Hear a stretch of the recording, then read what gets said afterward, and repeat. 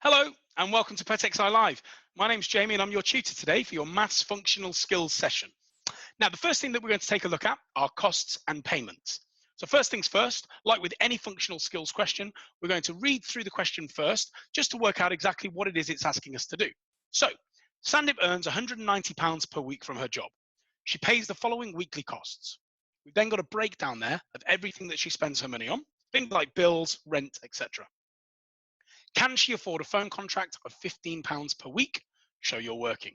So just by reading through that question, we get a good idea of what it is we need to work out. So how much she earns, how much she spends already, and can she afford £15 a week to spend on a phone contract? So let's take another look through this question and draw out any information that we may need by underlining or highlighting it. So first of all, Sandip earns £190 per week. That's of course crucial to our answer because now we know exactly what she earns. She pays the following weekly costs. So this table here is again key to getting our answer because now we can work out how much she already spends. Can she afford a phone contract of £15 a week? So what we're trying to see is, can she afford an extra £15 per week? And we have to show our working. Okay, so the first thing we're going to do is write down what we know. We know that Sandip earns £190 per week. So I'm going to write up here, income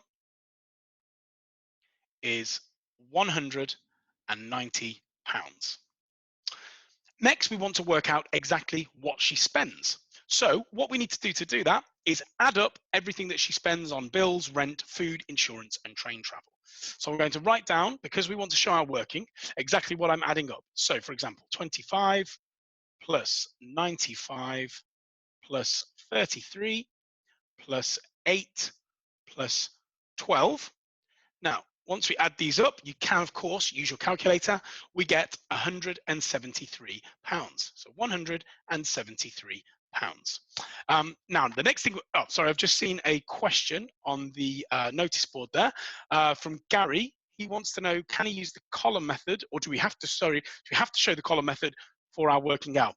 Gary, that's a really good question, and no, you don't. So for those of you that don't know what the column method is, I'll show you a short example. So I'm going to take the first two numbers.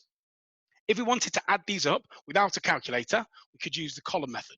That's by writing them down on top of each other. So 25, and then underneath we would write 95.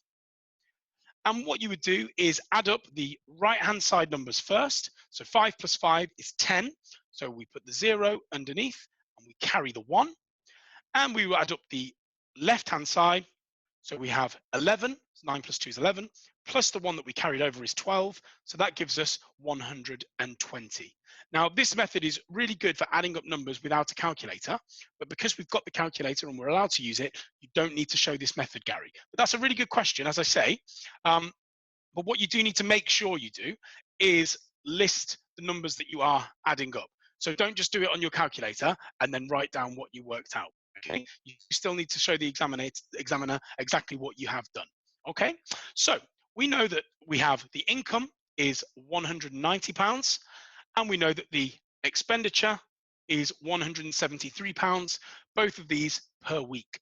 Now, the next thing we need to work out is what left over from the £190 after all of the spending. So to do that, we are going to do £190, so 190, and we're going to take away £173.